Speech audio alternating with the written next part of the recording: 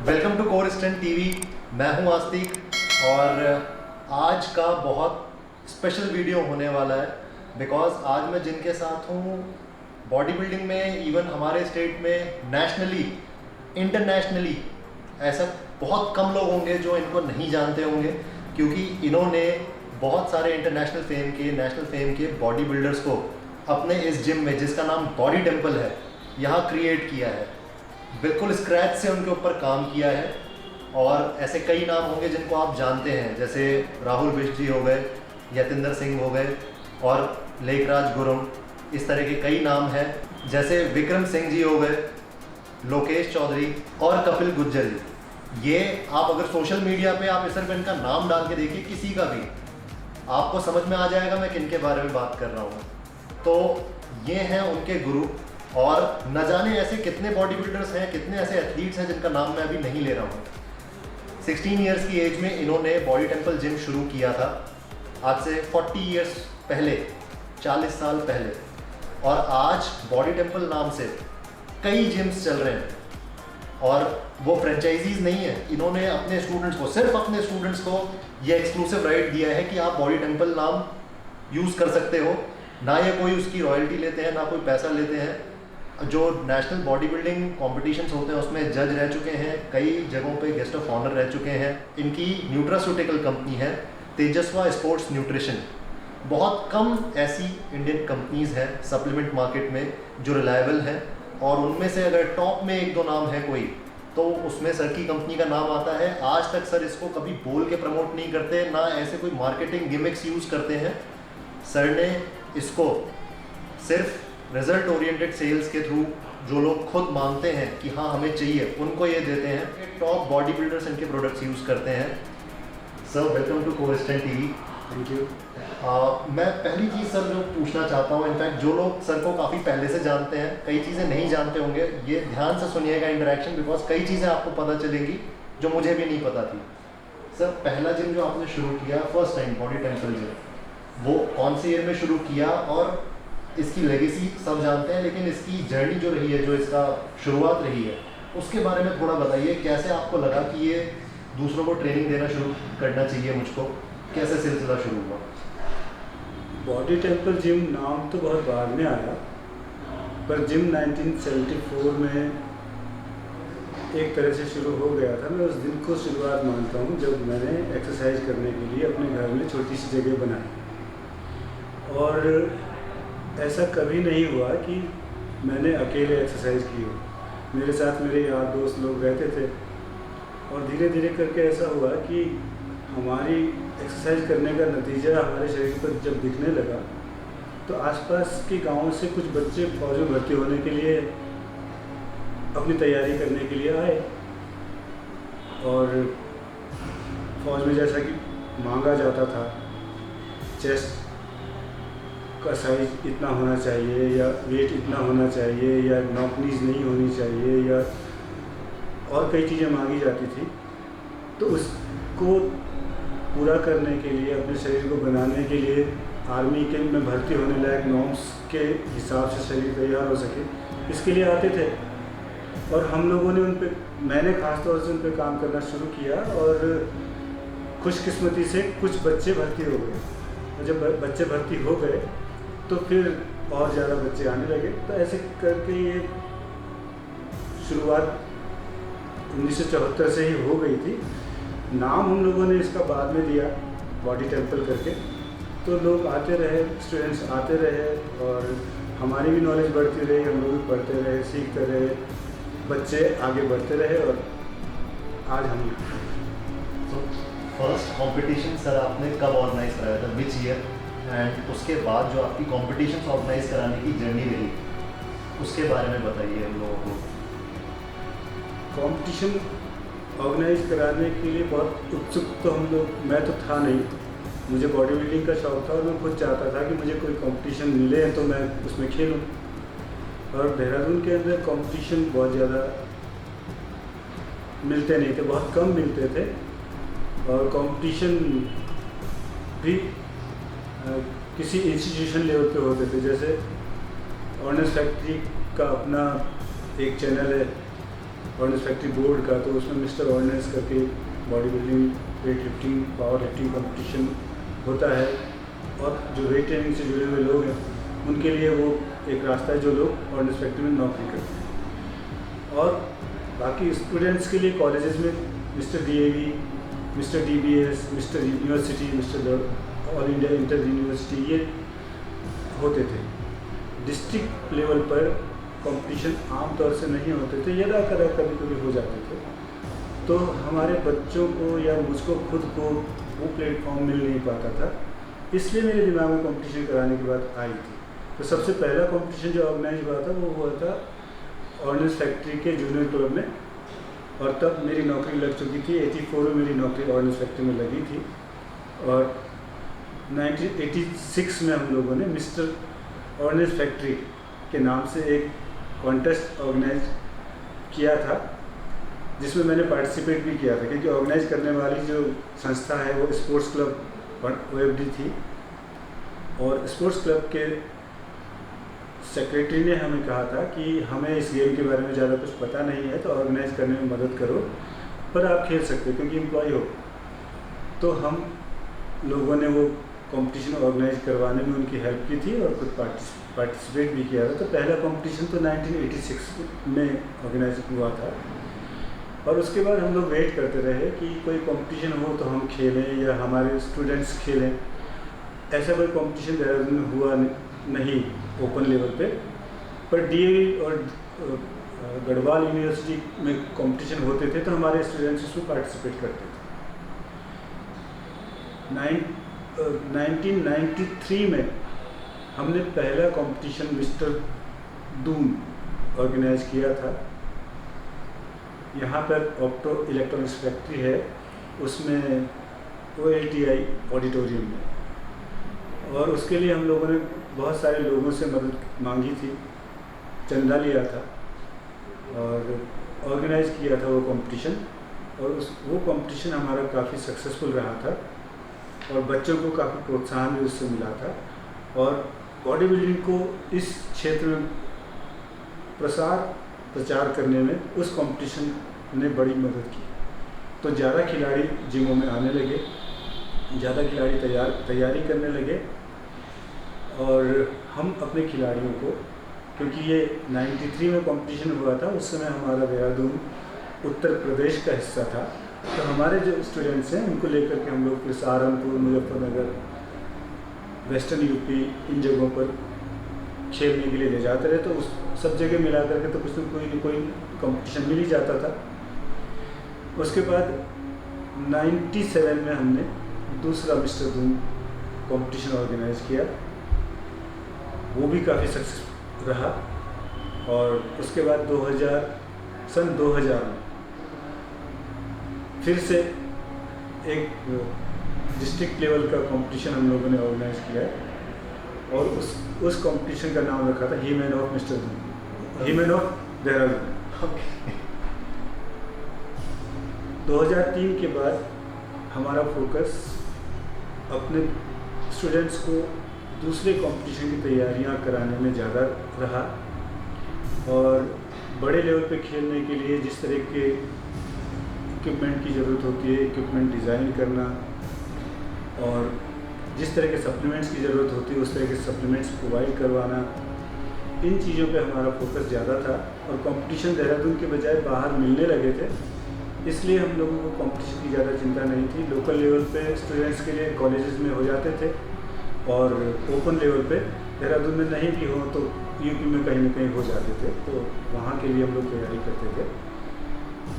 इस दौरान हम लोगों ने अपने जिम को डेवलप करने में और न्यूट्रिशनिकल्स में सप्लीमेंट्स डेवलप करने में भी अपना फोकस किया। एक लंबा गैप हुआ और कंपटीशन स्पीच नहीं कराने के पीछे दो कारण थे। एक कारण तो ये था कि कंपटीशन में खर्चा बहुत होता था, तो कंपटीशन हम लोग करवा के देख चुके थे, लोगों की मदद से पूरा नहीं होता था, अपनी जेब से 75% पैसा हमें लगाना पड़ता था और उसके लिए मेहनत बहुत करनी पड़ती थी पैसा इकट्ठा करने के लिए। बच्चों की तैयारी करवाओ और चंदा के लिए घूमो, लोगों के पास रिक्वेस्ट के लिए जाओ, कई बार जाओ, ये सब ज़्यादा थकाने वाला था, निराश करने वाला था। तो हमने सोच लिया था कि जब हम खुद सक्षम होंगे, जब हमारे पास खुद संसाधन होंगे, तब हम अपने दम पर कंपटीशन कराएंगे, लोगों के आगे हाथ फैलाने की ज़रूरत ना पड़े हमें ऐसी परिस्थिति के बाद। इस बीच हम लोग तैयारियां करवाते रहे, हमारे बच्चे बाहर खेलते रहे और नेशनल लेवल तक हमारे बच्चे खेलने लगे। इस बीच 2001 में हमारा राज्य उत्तरांचल के रूप में अस्तित्व में आया और पहले उत्तरांचल राज्य खेल में बॉडी बिल्डिंग को शामिल किया गया। उसमें हमसे खेल मंत्री ने निवेदन किया था कि आप इसको ऑर्गेनाइज कराइए, हम आपको पूरा खर्चा देंगे। हमने बहुत खुशी के साथ ऑर्गेनाइज करवाया और कंपटीशन भी सक्सेस हुआ। उसमें हमने मिस्टर वर्ल्ड प्रेमचंद डेगरा को बुलाया, मिस्टर इंडिया वितेंद्र सिंह पंवार को बुलाया, गेस्ट कोचिंग के लिए वितेंद्र को बुलाया था और स्पेशल गेस्ट के रूप में प्रेमचंद डेगरा आए थे और भी कई लोग बाहर से आए थे। उन्होंने हमारा प्रोग्राम देखा, हमें प्रोत्साहित किया। वो प्रोग्राम वो मिस्टर उत्तरांचल सक्सेस रहा, सफल रहा, लेकिन उसका अनुभव हमारे लिए अच्छा नहीं रहा क्योंकि उस पर जो भी खर्चा हुआ था वो राज्य सरकार ने हमको नहीं दिया था। तो फिर हमें हताशा हुई, निराशा हुई। फिर तो ये पक्का हो गया कि अब अपने दम पर ही कराएंगे। जब हमें स्टेट तक के कंपटीशन को अपने दम पे कराना पड़ा तो उसके बाद हमारे स्टूडेंट्स नेशनल लेवल पे पहुंचने लगे और ऑल इंडिया इंटर यूनिवर्सिटी में मेडल लाने लगे। ये हमारे लिए बहुत खुशी और उपलब्धि की बात थी और एक नहीं कई स्टूडेंट्स निखरने लगे। तब जिम इक्विपमेंट भी हम लोगों ने डेवलप किए, नई नई मशीनें ईजाद की, नए नए एक्सरसाइज करने के प्रिंसिपल्स अख्तियार किए और उधर फूड सप्लीमेंट में हम लोगों ने काम करना शुरू किया, अलग अलग रेंज पे काम करना शुरू किया और अपने स्टूडेंट पे उसको ट्राई किया कि देखें इसका असर क्या होता है। उसका असर होने लगा और फिर जिम ठीक चलने लगा, सप्लीमेंट का काम भी ठीक चलने लगा। हमारे पास कंपटीशन करवाने के लायक एक तरह से आर्थिक स्थिति बनने लगी और कुछ लोग फिजिकली सहयोग के लिए टीम के रूप में भी काम करने को तत्पर हुए। तब हम लोगों ने 2013 में बॉडी टेम्पल क्लासिक के नाम से स्टेट लेवल का मिस्टर उत्तराखंड कंपटीशन चैम्पियनशिप करवाया। उसी में हमने मिस्टर दूर भी रखा था। वो हमने अच्छे पैमाने पर करवाया था। उसमें ये ध्यान रखा गया था कि राष्ट्रीय स्तर पर जिस तरह से कंपटीशन ऑर्गेनाइज किए जाते हैं हम भी उसी तरीके से ऑर्गेनाइज करें और जीतने वाले खिलाड़ियों को प्रोत्साहित करने के लिए कैश प्राइज, अच्छा कैश प्राइज हमने देना शुरू किया और उसके बाद वो सिलसिला 2015 में भी दोबारा कंपटीशन हमने करके उस सिलसिले को जारी रखा। फिर 2017 में हमने उसी कंपटीशन को काशीपुर में आयोजित किया और 2017 के बाद से अभी कोई कंपटीशन हम लोगों ने नहीं करवाया है क्योंकि 2017 के बाद आर्थिक सिनेरियो काफ़ी बदल गया है और अब जब कोविड-19 की बात है तो अब कंपटीशन के बारे में सोचने के बजाय जीवन के बारे में सोचने का वक्त है, जीवन की रक्षा के बारे में सोचने का वक्त है। इस बीच में एक दो चीज़ें हुई थी, मतलब जब पहली बार आपने यहाँ प्रेमचंद जी को बुलाया और ऐसे बॉडी बिल्डर्स हमें देखने मिले because Premchand ji is a legend. वो इंटरनेशनल फेम पहली बार बॉडी बिल्डिंग में अगर किसी ने दिलाया था तो उन्होंने ही इंडिया को दिलाया था। मिस्टर एशिया में मुकेश ठाकुर जी भी इस दौरान आई थिंक अराउंड 2007 उसमें I think he came second. उस दौरान भी वो आपके अंडर ट्रेनिंग ले रहे थे। हाँ, एशियन बॉडी बिल्डिंग चैम्पियनशिप थी उस बीजिंग में। तो एशियन बॉडी बिल्डिंग चैम्पियनशिप में मुकेश ने पार्टिसिपेट किया था और उस समय मेरा स्टूडेंट वो मेरे अंडर एक्सरसाइज करता था और वहाँ पर उसको सिल्वर मेडल मिला था। तो इंटरनेशनली पहला मेडल जो है वो मेरे किसी स्टूडेंट ने अगर लिया है तो मुकेश ठाकुर ने। आपने किस तरह से उनको तैयार किया इसके लिए, क्योंकि इतना ज़्यादा सप्लीमेंट्स या इतना जो आज फैसिलिटीज़ अवेलेबल हैं वो शायद इतनी ज़्यादा अवेलेबल नहीं है। किसी भी बॉडी बिल्डर को बड़े चैम्पियनशिप में सक्सेस होने के लिए जो सबसे पहली उसकी ज़रूरत है वो है जेनेटिक्स। जिसके पास जेनेटिक्स अच्छी होती है, जेनेटिक्स अच्छी होने का मतलब ये है कि उसके वीक पार्ट्स कम होते हैं, स्ट्रॉन्ग पार्ट्स ज़्यादा। दूसरी चीज़ होती है उसकी फिजिक का रिस्पॉन्स। जो भी उसके पास जेनेटिक्स है उस पर वो मेहनत कर रहा है, और जो भी उसके पास अवेलेबल डाइट वगैरह है वो फीड कर रहा है अपने आप को, तो उसकी प्रोग्रेस अगर तेज़ी से होती है औरों की अपेक्षा, तो वो रिस्पॉन्स अच्छा माना जाता है। अगर रिस्पॉन्स अच्छा दे रहा है किसी का शरीर, किसी की मसल रिस्पॉन्स अच्छा कर रही है, तो उस पर काम करने में आसानी हो जाती है। तो मुकेश ठाकुर हो या प्रेमचंद डेगरा हो, इनके पास स्ट्रॉन्ग पार्ट अच्छे थे, एक आध वीक पार्ट थे।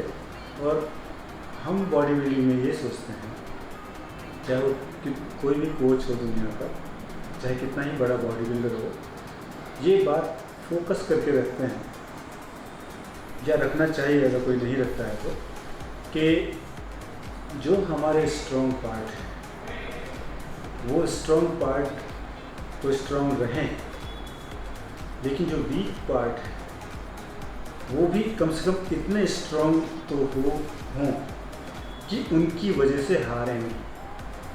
उस लेवल तक, उस एक्सपायर लेवल तक हमको लाना होता है, और उसके लिए बहुत सारी ट्रेनिंग टेक्निक हैं। ज़्यादा मेहनत करनी पड़ती है, ज़्यादा दिमाग से करना पड़ता है। आमतौर से लोग गलतियाँ क्या करते हैं कि जो वीक पार्ट होते हैं उनकी हैवी ट्रेनिंग कर लेते हैं, और जो स्ट्रॉन्ग पार्ट है उनकी तो हैवी करते ही हैं, पर वीक पार्ट, जो कि वीक पार्ट है ऑलरेडी, जो हैवी करने की वजह से और भी वीक हो जाता है, वो करने की गलती करते हैं। हम लोग ऐसा नहीं करते। शुरू से ही हम लोगों का जो सोचना रहा है कि जिस मसल में जितनी पावर है उसकी पावर के हिसाब से वेट का सिलेक्शन होना चाहिए, वेट का चयन होना चाहिए। अब पावर कम है, हम वेट ज़्यादा लगा लेंगे तो जो मसल वीक है वो वीक मसल रिस्पॉन्स नहीं करेगी। तो बहुत सारी ट्रेनिंग टेक्निक्स हैं, हम उनका अलग अलग तरीके से इस्तेमाल करते हैं, देखते हैं कि इसका असर क्या हुआ, कितना हुआ। और बड़े बड़े कोचों के विशेष जो सिद्धांत हैं, जो टेक्निक हैं, उनका हमें पता है। हम उन चीज़ों को अपने खिलाड़ियों पे ट्राई करके उनके वीक पार्ट को इम्प्रूव करने की कोशिश करते हैं। और सब खिलाड़ियों के कोई ना कोई वीक पार्ट होते हैं। जितने भी खिलाड़ी हमारे पास आए हैं, कोई ना कोई वीक पार्ट भी कर रहा है। उसे इम्प्रूव करने के लिए हम लोगों ने बहुत पापड़ बेले हैं, उन्होंने भी बहुत मेहनत की है, बहुत पसीना बहाया है, पर वीक पार्ट उतना वीक नहीं रहता है कि वो हार जाए, वो उन्हें सक्सेस मिलती है। पर जेनेटिक्स पहली बात है, डाइट दूसरी बात है। अब बात करते हैं ट्रेनिंग की। तो ये तो बात हुई काफ़ी सारे चैंपियंस, जिनका मैंने शुरू में आपको बताया, सर ने काफ़ी चैंपियंस को ट्रेन किया है। सो इफ़ समबडी, जो एक कोई ऑर्डिनरी पर्सन है जो फिटनेस के लिए कर रहा है, अगर वो आपके पास आता है, वो कहता है मैं वेट लूज़ करना चाहता हूँ एंड एक्सरसाइज मैं करता रहा हूँ, न्यूट्रिशन में लेता रहा हूँ, आपको लगता है ठीक है एक्सरसाइज इसकी ठीक ठीक रही है, न्यूट्रिशन भी ऐसा कुछ ग्रॉसली रॉन्ग, बहुत ऐसा कुछ गड़बड़ नहीं कर रहा है, आप क्या एडवाइस देंगे? एक या दो ऐसी चीज़ें जो आप बताना चाहेंगे हमारे व्यूअर्स को, जहाँ मैक्सिमम लोग गलती करते हैं? जिसको वेट लूज़ करना है उसको सबसे पहले तो ये मानकर चलना चाहिए कि उसको जो भी एक्सरसाइज करनी है वो एम्प्टी स्टमक, खाली पेट करनी है। खाली पेट का मतलब है कि खाली पेट का मतलब ये नहीं कि पानी भी नहीं पी सकते, पानी पी सकते हैं पर कैलोरी नहीं होनी चाहिए। अगर हम एम्प्टी स्टमक, खाली पेट कार्डियो एक्टिविटी करते हैं तो उससे फैट बर्निंग इफेक्ट आता है, और वो हमको कम से कम भी उस इफेक्ट को 2 घंटे तक जारी रखना चाहिए। हम उठें, उठने के बाद हमने पानी पिया 1 कप ग्रीन टी या ब्लैक कॉफ़ी या ब्लैक टी वो हम पी सकते हैं। और उसके बाद फ्रेश वगैरह हो करके आधा घंटे के बाद हमको अपने कार्डियो और एक्सरसाइज के लिए जाना चाहिए, और 1 घंटा हमको रैपिडली कार्डियो एक्टिविटी करनी चाहिए। चाहे हम ब्रिस्क वॉक करें, चाहे हम लाइट जॉगिंग करें, चाहे किसी इक्विपमेंट को चलाएं, ट्रेडमिल चलाएं या कुछ भी करें, या फिर फास्ट पेस में वेट ट्रेनिंग करें। जो भी करें हमको रैपिड करना होता है, 1-1.25 घंटे में अपना वर्कआउट पूरा करके, और फिर उसके बाद भी लगभग 1 घंटे तक कुछ नहीं खाएं। इस बीच एक्सरसाइज करने के बाद हम लोग अच्छी तरह कूल डाउन होकर के घर जाएँ, नहाएं, मुँह शेविंग करें, पूजा करें, ये जिसका जो भी पर्पज है वो करें। उसके बाद नाश्ता करें। तो ये जो 2 घंटा उन्होंने स्टमक स्ट्रगल किया है, इस दौरान क्योंकि उसके शरीर में कैलोरी नहीं थी, रात का खाया जो भी था वो आधा घंटे की मशक्क़त में ड्रेन आउट हो जाता है, जो भी कैलोरी बची। तो कैलोरी नहीं थी, फिर भी उसने इतनी देर तक काम किया, वो कैलोरी कहीं से तो आई होगी, तो हमारे स्टोर फैट से आई है। तो वो स्टोर फैट से आई हुई कैलोरी जो है वो जल गई। तो उस दौरान 1.5-2 घंटे में जो भी हम लोगों ने हमारे शरीर ने कैलोरी खर्च की, जितनी कैलोरी खर्च की, मान लीजिए हमने 600 कैलोरी खर्च की, तो उसको अगर आप 9 से भाग देंगे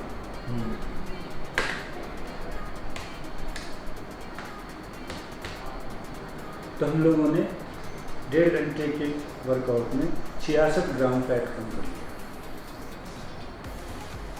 तो अब हम इसको मल्टीप्लाई करते चले जाएं रोजाना।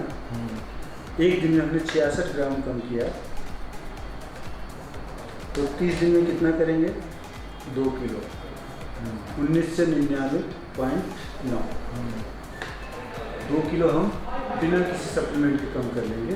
शर्त यह है कि जो हमने खाली पेट कार्डियो वगैरह की है, उसके बाद नाश्ता हमारा बहुत हैवी नहीं होना चाहिए, पर उसमें पौष्टिकता पूरी होनी चाहिए। ऐसे ही लंच हमारा बहुत हैवी नहीं होना चाहिए, पर पौष्टिकता पूरी होनी चाहिए। पौष्टिकता का मतलब है कि फैट, प्रोटीन, कार्ब, इसका एक आइडियल रेशो फिटनेस फील्ड में माना जाता है। वो रेशो का ध्यान रखना है। 30, 65, 5 5% फैट, 30% प्रोटीन और 65% कार्ब। या अगर 70% भी कार्ब हो जाता है तो भी 25% प्रोटीन रहेगा। फैट का परसेंटेज 5 ही रहना चाहिए। हमारे टोटल कैलोरी इंटेक में ये वाला रेशो अगर हम ध्यान रखते हैं, और टोटल कैलोरी जितनी हमारे शरीर की हमारा मेटाबॉलिक रेट के हिसाब से जो कैलोरी इंटेक की हमें ज़रूरत है, उतनी ही कैलोरी खाएं, और इतनी 600 कैलोरी पर डे खर्च करेंगे तो ये 2 किलो वजन हम आसानी से कम कर सकते हैं बिना किसी सप्लीमेंट। सो गाइस, इतना मुश्किल नहीं है, आप लोगों को बता दिया। सुबह सुबह कुछ खा के फिर मैं जिम जाऊंगा, या जैसे ही निकले भूख लगी और शुरू कर दिया कुछ भी खाना, ये नहीं चलेगा। इसको अप्रोच, राइट अप्रोच, जो करेक्ट अप्रोच है वो सर ने बता दिया। इतना मुश्किल नहीं है, इन बेसिक चीज़ों का ध्यान रखना है। एंड ये कोई बताएगा नहीं आपको। लोग बोलेंगे फैट बर्नर लो, सर की खुद सप्लीमेंट लाइन है, न्यूट्रिशनल सप्लीमेंट्स की लाइन है, लेकिन कभी भी ये बोल सकते थे कि आप इस तरह का कोई सप्लीमेंट ले सकते हैं, बट नहीं, इन्होंने बहुत बेसिक फंडामेंटल बताया है। इसी तरह से सर एक बात बताइए, जैसे कई लोग कहते हैं मुझे लीन मसल गेन करना है, मुझे लीन मसल गेन करना है, तो उसके लिए आप क्या बताएंगे? लीन मसल गेन करने वाले को खाली पेट एक्सरसाइज नहीं करनी चाहिए। एक्सरसाइज वर्कआउट करने से 1.5 घंटा पहले उसको कुछ न कुछ खाना चाहिए, और खाने में बहुत हैवी चीज़ें नहीं चाहिए। उसमें कार्ब ठीक ठाक मात्रा में हो, जिससे कि वर्कआउट जिससे वो करे तो उसको एनर्जी मिले। तो कुछ खा करके उसको जाना चाहिए। जैसे बच्चे, स्टूडेंट्स हैं, 12th पास करने के बाद जिम जा रहे हैं, वो 1 बाउल दलिया दूध में बना करके उसमें चीनी डाल करके बना ले, 1 बाउल दलिया खा के जा सकते हैं, ओट्स खा करके जा सकते हैं, आलू खा करके जा सकते हैं। अगर ऐसा कुछ नहीं तो ब्रेड और सॉस ये सब खा करके, मतलब वर्कआउट से 1.5 घंटा पहले ये खा लें, उसके बाद जाएं वर्कआउट करने के लिए। वर्कआउट करने के तुरंत बाद फिर कुछ न कुछ खाएं। ये ध्यान रखें कि वर्कआउट ख़त्म होते ही उनको कैलोरी फिर से खानी है तो कोई फूड साथ में लेकर के जाए, और जैसे वर्कआउट ख़त्म होता है फूड खा लें, और फिर फूड खाने के 1 घंटे के बाद वो नाश्ता कर सकते हैं। नाश्ता उनका पौष्टिक होना चाहिए, वैसे ही जैसे मैंने पहले। हमारे मेटाबॉलिज्म में जो डिमांड होती है कैलोरी की, मैक्रोन्यूट्रिएंट्स की जो डिमांड होती है, जो हमारा मेटाबॉलिज्म है उसके लिए मैक्सिमम डिमांड होती है कार्बोहाइड्रेट। कार्बोहाइड्रेट हमारा बेसिक फ्यूल है और डायरेक्ट फ्यूल। एक कार्बोहाइड्रेट ही है जो कि सीधे ब्लड स्ट्रीम में मिलने के बाद ग्लूकोज में कन्वर्ट होकर के एटीपी बनाने के लिए अवेलेबल होता है। बाकी फैट लेंगे या प्रोटीन लेंगे वो इनडायरेक्ट एनर्जी है, वो सीधे ब्लड स्ट्रीम में जाकर के एटीपी नहीं बनता, और अगर कोई कुछ बनता भी है तो उसकी स्पीड इतनी कम होती है कि रिकवरी नहीं है। इसलिए कार्ब को इग्नोर करना गलत बात है। और फिर कार्ब हमारे ऑर्गन्स का बेसिक फ्यूल है। हम केवल फिजिकल एक्सटर्नल स्केलेटल मसल नहीं है, हम सिर्फ biceps, triceps, pectoral, back, thigh, quads, hams नहीं हैं। हम हार्ट हैं, हम लंग्स हैं, हम ब्रेन हैं, हम किडनी हैं, हम पेंक्रियाज हैं, हम इंटेस्टाइन हैं, हम स्टमक हैं। तो जितने भी हमारे ऑर्गन हैं ये प्रोटीन से या फैट से नहीं चलते, ये कार्बोहाइड्रेट से चलते हैं। इनको अगर डेफिशिएंसी ऑफ कार्बोहाइड्रेट हो जाती है तो बहुत सारे साइड इफेक्ट हो सकते हैं। इसलिए ज़ीरो कार्ब 1 हफ्ते से ज़्यादा कभी नहीं करना चाहिए, और ज़ीरो कार्ब वाला कॉन्सेप्ट हेल्दी वे नहीं है मेरी नज़र में, क्योंकि लॉन्ग टर्म में जाकर के इससे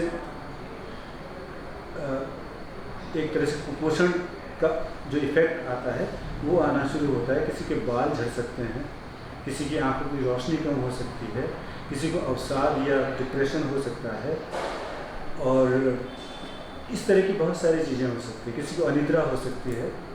तो जीरो कार्ब करना कोई स्वास्थ्यवर्धक बात नहीं है। आइडियल एक रेशो होता है कि किसी भी दशा में 10% से ज़्यादा कैलोरी फैट से नहीं आनी चाहिए, और किसी भी दशा में 20% से कम प्रोटीन नहीं होना चाहिए। कम से कम 20% प्रोटीन और इन एवरी मील। हाँ, और ज़्यादा से ज़्यादा 30% प्रोटीन टोटल कैलोरी का, और ऐसे ही कम से कम 5% फैट, जीरो फैट नहीं करना है, कम से कम 5% फैट या अधिकतम 10% फैट टोटल कैलोरी का परसेंट में होना चाहिए, और बाकी जो हिस्सा है वो कार्बोहाइड्रेट का होना चाहिए। तो इससे हम लीन मास गेन कर सकते हैं। हम लोग लीन मास गेन नहीं करते हैं, उसकी वजह ये रेशो नहीं है, या जीरो कार्ब कर लेने से हम गेन कर लेंगे, ऐसा नहीं है। जीरो कार्ब करके जो 1000 कैलोरी हम एक्स्ट्रा खा रहे हैं उसका फैट बनना ही है, आप लीन नहीं हो सकते। तो इस बात का ध्यान रखना है कि कितनी कैलोरी की हमको ज़रूरत है उतना ही फीड करें, फिर वो आइडियल फॉर्म में ज़्यादा ठीक है। जीरो कार्ब करने की कोशिश। ये तो सर ने जो बताया तो हर एक के लिए नहीं है कि आप लोग कहीं पढ़ लेते हैं कि यार मैं कीटो करूँगा या मैं ज़ीरो कार्ब करूँगा, ये बहुत चल गया है आजकल। सिंपल रखो चीज़ों को। एक ओवरऑल हेल्थ भी ज़रूरी है। अगर आपको लंबा, अगर गेम में भी, स्पोर्ट में भी लंबा चलना है, ओवरऑल हेल्थ ज़रूरी है, तभी आप लंबा भी खेल पाओगे। ये 2 साल 3 साल कंपटीशन करके फिर प्रॉब्लम्स झेलना वो समझदारी नहीं है। सो मैं सर थोड़ा क्यूरियस था, अगर कोई आता है आपसे ट्रेनिंग लेने, वो ये कहता है कि मैं सब कुछ करने को तैयार हूँ, आप जो बताएंगे, जिस रास्ते बताएंगे मैं चलने को तैयार हूँ। किसी एथलीट को अपने लिए ट्रेनिंग कराने से पहले या उसे एज ए स्टूडेंट एक्सेप्ट करने से पहले क्या ऐसी चीज़ें आप उसमें देखते हैं या चाहते हैं कि उसके अंदर हो, या क्या आप उसे बोलते हैं कि हाँ अगर ये होगा then only I can train you, अगर ऐसा है तो ऐसी क्या, कौन सी वो खूबियाँ हैं, क्वालिटीज़ हैं जो आप देखते हैं? सबसे पहले तो मैं ये देखता हूँ कि उसका शरीर क्या बोलता है और वो खुद क्या बोल रहा है। मैं ये जानने की कोशिश करता हूँ कि जैसा उसका शरीर है उसने अपने शरीर को पूरी तरह से समझाया है कि नहीं। ज़्यादातर तो नहीं समझते हैं, ज़्यादातर लोग सुन कर के आते हैं और पहले ही दिन बोलते हैं कि मुझे बहुत आगे जाना है। अपने आप को देखा नहीं कि कदम कितने चल पाएंगे। देखो, फिटनेस चाहे वो कोई सा भी गेम, जेनेटिक्स का खेल, पोटेंशियल का खेल, प्रतिभा का खेल है। तो हमारी जेनेटिक्स अच्छी होनी चाहिए, हमारे भीतर पोटेंशियल होना चाहिए, और बहुत सारी हमारे भीतर पेशेंस होना चाहिए, हमारे भीतर एंड्योरेंस इतना होना चाहिए कि कुछ भी हो जाए थकेंगे नहीं, गिरेंगे नहीं, गिर भी जाए तो उठ जाएंगे। वो सब चीज़ें होनी चाहिए। वो सब चीज़ें कोई अपनी जांचता नहीं है, जांचने का कोई पैमाना भी आजकल के बच्चों के पास है नहीं, उनको समझाने वाला भी कोई नहीं है। उनके दिमाग में तो सिर्फ भर जाती हैं चीज़ें देख करके दूसरों को, तो दूसरों को देख करके इमेजिन कर लेते हैं कि मुझे ऐसा बनना है, इतनी जल्दी बनना है। तो वो पहले मैं ये देखता हूँ कि उस बच्चे की सोच में और उसके शरीर में कितना अंतर है।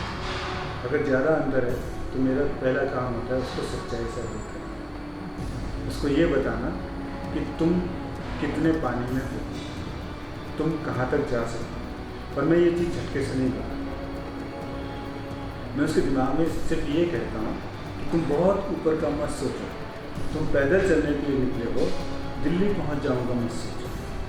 पहले पड़ाव का सोचो, अल्टीमेट डेस्टिनेशन मत सोचो। हाँ। अभी ये देखो कि यहाँ तक जाना है। हाँ, तो ऐसा नहीं कि सीधे दिल्ली कूद करके पहुँच जाओ। तो पहले मेरी कोशिश ये होती है कि बच्चे के दिमाग में या स्टूडेंट के दिमाग में ये डाली जाए बात, और फिर जब मुझे लगता है कि ये मेरी बात आज नहीं समझने की स्थिति में है, तो मैं उसको एक वर्कआउट डिज़ाइन करके देता हूँ, डाइट शेड्यूल डिज़ाइन करके देता हूँ। तो उससे कहता हूँ कि आज फ़ोटो खींच के रख लेना, और फिर 2 महीने बाद फ़ोटो खींच लेना, मुझे व्हाट्सएप कर देना, या चाहे फिजिकली दिखाने के लिए आ जाए। फिर उसकी प्रोग्रेस के हिसाब से स्पीड देखता हूँ कि क्या प्रोग्रेस है, फिर उसको बताता हूँ तुम इस डेस्टिनेशन में पहुँच पाओगे या नहीं, और अगर पहुँच पाओगे तो कितना। ठीक है, और जेनेटिक्स का खेल है ये। जेनेटिक्स 2 महीने के भीतर पता चल जाता है कि वो कितना मेहनती है, क्योंकि उसका शरीर बता देगा। मेहनत कर रखी होगी तो बता देगा, नहीं कर रखी तो बता देगा। तो मुझे कोई जल्दबाजी नहीं होती है, कोई जल्दबाजी में आ भी जाए तो मुझको कोई परेशानी नहीं है। मुझे सिर्फ ये देखना है कि वास्तविकता क्या है, यथार्थ में ये बच्चा वही बन सकता है जो ये बनने की सोचता है। अगर ये नहीं बन सकता है तो जितनी जल्दी हो सके इसका ये मोह, ये जो भी इसने सपना देखा है, ये टूटना चाहिए, और इसको वो सपना देखना चाहिए जो जिस सपने को देखने के लिए और पूरा करने के लिए ये पैदा हुआ। तो मेरा मोटिव तो ये है, मैं किसी को गुमराह करना नहीं चाहता, और कोई गुमराह हो तो मैं उसे ऐसे ही छोड़ना भी नहीं चाहता।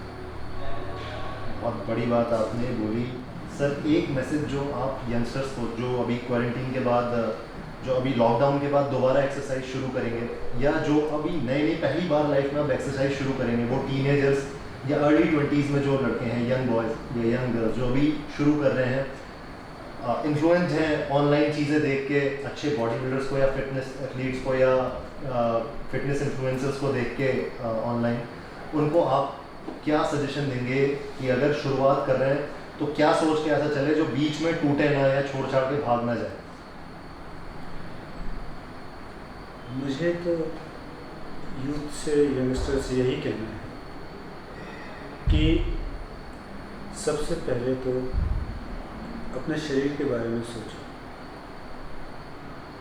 बहुत बड़ा गोल बनाने की ज़रूरत नहीं है। जब भी कभी बड़ा गोल बनाते हैं हम और उस पर चलने की कोशिश करते हैं, तो छोटी सी भी ठोकर से हम लोग हताश हो जाते हैं, और फिर हम उस रास्ते को ही छोड़ देते हैं। हमें छोटा गोल बनाना चाहिए। हम कूद कर छत में नहीं चढ़ सकते, हम छत में जाने के लिए सीढ़ियों का इस्तेमाल करते हैं, और सीढ़ियों का ही इस्तेमाल करना समझदारी की बात है। एक एक सीढ़ी चढ़ करके हम आगे बढ़ सकते हैं। बिल्डिंग में चढ़ने के लिए तो चलो लिफ्ट है, जीवन में हमें सीढ़ियों से ही चढ़ना पड़ेगा, उसमें कोई लिफ्ट नहीं। तो पेशेंस, धैर्य की ज़रूरत है। अपने शरीर को देखो, अपनी क्षमताओं को आंको, अपनी आदतों को समझो कि जो सपना तुमने देखा है, तुम्हारी आदतों के हिसाब से वो सपना पूरा करने में सक्षम हो। अगर तुम्हारी सुबह 11 बजे उठने की आदत है, रात को 2 बजे सोने की आदत है, तो पहले तो ये समझना पड़ेगा कि हेल्दी वे ये नहीं। इसके लिए हमें जल्दी सोना पड़ेगा, जल्दी जागना पड़ेगा, और दिनचर्या नियमित होनी चाहिए, डिसिप्लिन होनी चाहिए। और डिसिप्लिन अनुशासित दिनचर्या से जो हम चलते हैं और बाकी सारी चीज़ों फिटनेस से संबंधित जो भी चीज़ें वो कर रहे हैं या जो करना चाहते हैं उनको बाकायदा जो वैज्ञानिक तरीका है उसके साथ फॉलो करते हैं तो धीरे धीरे करके अपने आप को चेंज कर सकते हैं। तो वो चेंज उनको सबसे पहले नज़र आता जाएगा खुद को, और उसी से मोटिवेशन लेना है, उसी से प्रोत्साहित होना है, किसी दूसरे के भरोसे नहीं बैठना। कोई मेरी तारीफ़ करेगा तब मुझे पता चलेगा कि मैं ठीक कर रहा हूँ, ये नहीं। हमने अपनी आदत छोड़ी, देर रात हम सोते थे, 2 बजे सोते थे, अब हम 10 बजे सोने लगे हैं। ये जो हम प्रीपोन करके टाइम को लेकर के आए हैं, इसके लिए हमारी कोई पीठ थपथपाए या न थपथपाए, हमें अपनी पीठ थपथपानी। और फिर हम सुबह जल्दी उठे, इसके लिए कोई हमें धन्यवाद नहीं देगा, कोई हमें शाबाशी नहीं देगा। इसके लिए हमें खुद को धन्यवाद देना है, खुद को शाबाशी देनी है, परमात्मा को धन्यवाद देना है, अपने भीतर जो भी चेतना है उसको धन्यवाद देना है, और उसी से प्रोत्साहित होकर के हमें अपना काम है। फिर जो भी रिफ्लेक्शन, जो भी चेंजेस शरीर में आएंगे, उसका क्रेडिट भी आप ही को मिलेगा, हम ही को मिलेगा। तो वो क्रेडिट लेने की ज़रूरत नहीं है, उससे सिर्फ उत्साहित होने की ज़रूरत है, खुश होने की ज़रूरत है। उससे क्या उत्साह मिलता है कि जब ये हो सकता है तो ये भी होगा, जब मैं इतना बदल सकता हूँ तो ये भी बदल, जब मैं इतना फिट हो सकता हूँ। एग्जाम्पल के लिए किसी की कमर 35 इंच थी और 1 महीना डिसिप्लिन के साथ मेहनत करने के बाद वो 34 पर ले आया, तो इससे बड़ी बात उसके लिए उत्साह बढ़ाने के लिए और क्या हो सकती है। और कोई उसके कपड़ों को देख करके थोड़ी उसका उत्साह बढ़ाएगा, और उत्साह बढ़ाएगा भी तो वो ज़्यादा देर टिकेगा नहीं। मैं खुद अपना उत्साह बढ़ाऊंगा तो वो मेरे साथ हमेशा रहने वाला है। तो ऐसे स्वयं को प्रोत्साहित करना है, शॉर्टकट कभी नहीं ढूंढना है, और अपनी जेनेटिक्स को, अपनी क्षमताओं को, अपनी प्रतिभा को, अपने पेशेंस को, इन सब को देखते हुए गोल सेट करना है। किसी को देख करके ईगो को सेटिस्फाई करने के लिए, अपने अहंकार के लिए, किसी को नीचा दिखाने के लिए, किसी को गिराने के लिए कोई गोल बनाने की ज़रूरत नहीं। अपना फिजिकल गोल बनाना है अपनी संतुष्टि के लिए, क्योंकि जो फिजिक भी हमारी है वो हमारे साथ 24 घंटा है। तो अच्छी बनाएंगे 24 घंटे अच्छी फिजिक रहेगी, खराब बनाएंगे 24 घंटे अच्छी खराब फिजिक रहेगी। जो खराब फिजिक 24 घंटे रहेगी वो 24 घंटे हमको परेशान करके रखेगी, पश्चाताप में रखेगी। और कोई अच्छी फिजिक हमारे साथ 24 घंटे है तो पश्चाताप का तो कोई मतलब ही नहीं, उत्साह बढ़ता ही रहेगा, बढ़ता ही रहेगा। तो आगे बढ़ने का तो मैं समझता हूँ यही एक सूत्र है। बाकी शॉर्टकट वगैरह के जो नफ़े नुकसान हैं वो बहुत घातक हैं, और समाज को इससे बचना चाहिए। और आज के दौर में तो सबसे पहली शर्त तो ये है कि जो भी सोशल डिस्टेंसिंग है या सैनिटाइज़र का प्रयोग करना है या जो भी कुछ करना है वो सबसे पहले करना है। इस मामले में समाज को, सोसाइटी को, डॉक्टर्स को और गवर्नमेंट को उसके नॉर्म्स को फॉलो करने के लिए जो हमसे बन पड़ता है पूरा सहयोग करना है, और सेफ्टी के साथ अपनी एक्सरसाइज करनी है। सभी चीज़ों में हाइजीन का ध्यान रखना है और वायरस से बचने का ध्यान। Thank you so much sir, आपने हम लोगों को इतना टाइम दिया। मैं मतलब आपके वर्क को काफ़ी सालों से फॉलो कर रहा हूँ। आपने ऐसे बॉडी बिल्डर्स दिए हैं हमें, उसके अलावा बॉडी बिल्डर्स के साथ साथ आपने मतलब आज जो बातें बोली हैं, आई थिंक सिर्फ वो बॉडी बिल्डिंग और फिटनेस के लिए नहीं, लाइफ के बहुत इंपॉर्टेंट लेसन्स हैं। Thank you so much sir. Thank you. Guys, don't give up, चाहे आप जो भी कर रहे हैं, आप कंसिस्टेंसी पे ध्यान रखिए। कंसिस्टेंसी बहुत इंपॉर्टेंट है, हार मत मानिए। और अगर ये वीडियो पसंद आया है तो लाइक करिए, सब्सक्राइब करिए, बेल आइकन हिट करिए। Keep watching core strength TV.